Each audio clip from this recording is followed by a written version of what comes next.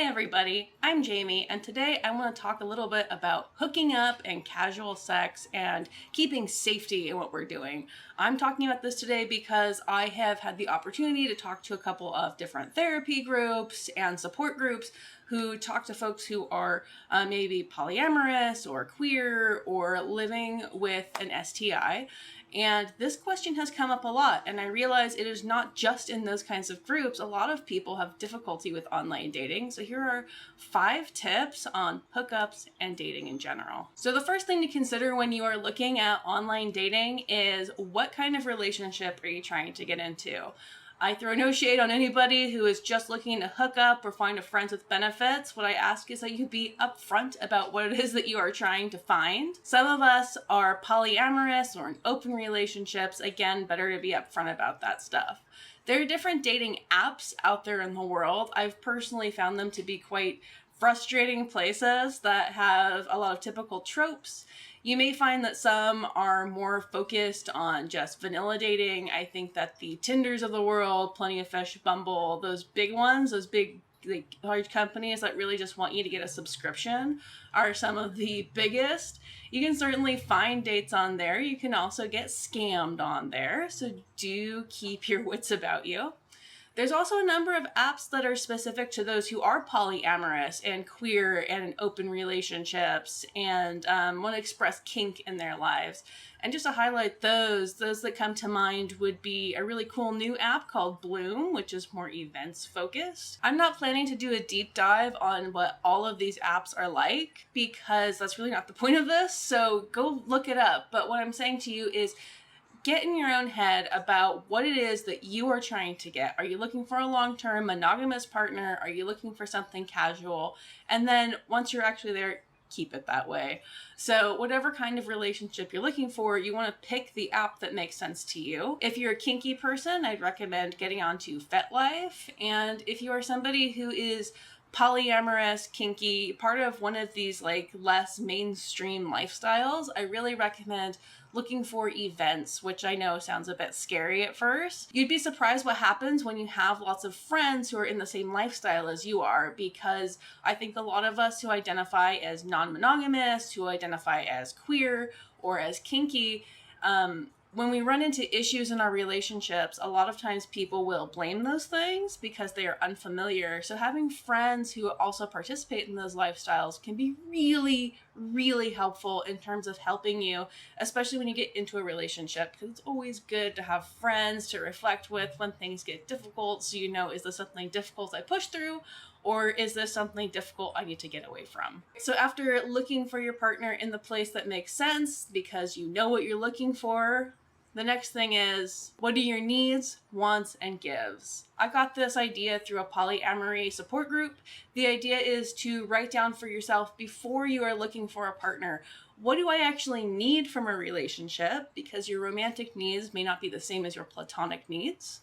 Then what do you actually want, which might be things that include your kinks or things you want to explore, keeping it open. For some of us, keeping our relationship open is a need. For others, it's a want. So which one is it for you? And the last one is, what do you have to give? I know that I identify as an enabler when I'm on autopilot. So when I give, I like to be really specific about what I want to give, because in the moment when I want to be supportive of a partner or I'm feeling not 100% myself right now, I will over offer to my partner. So make sure that you know what you want to give and you're specific about that. And by the way, those 3 things change, so reassess it. What I'm saying though is when you get into online dating, know what they are going in. So meeting a new person is always a bit scary, so I recommend also vetting this person.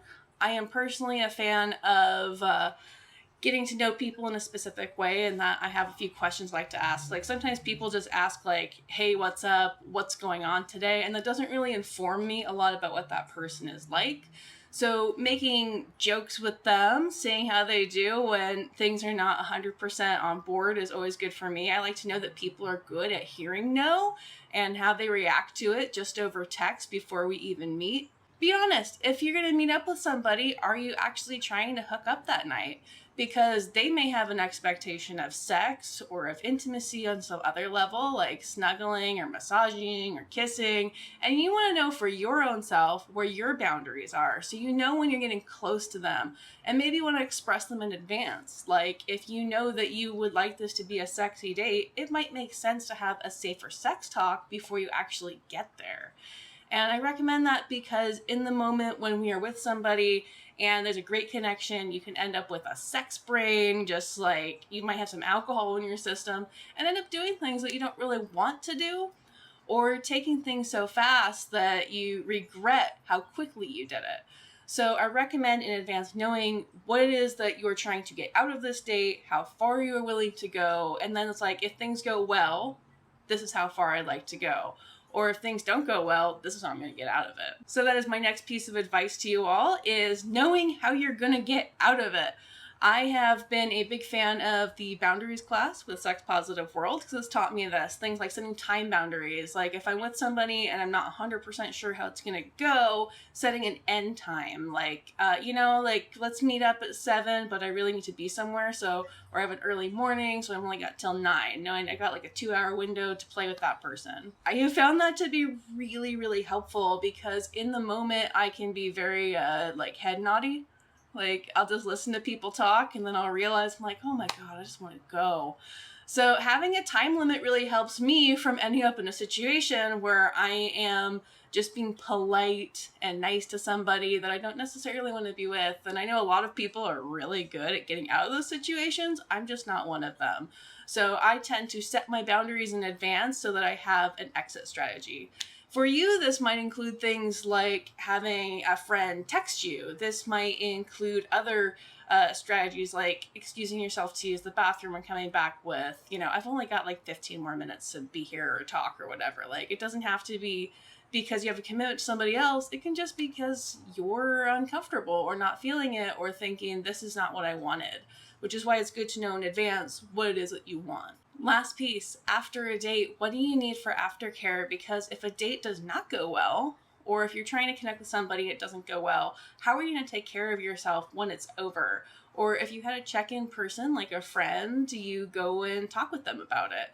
I really like to deconstruct things after the fact, even if it's with myself. I'm a big fan of journaling because that helps me keep a clear mind, because I have certainly ended up in relationships that were not to my advantage and even problematic. So how do I now measure if something is going the right way has been a big question for me. So there you go. There's 5 tips on dating. I am offering some groups for those that identify as polyamorous or kinky on my website, givingconsent.com. So go and check those out if you'd like to join in on a discussion with me that go deeper on these topics.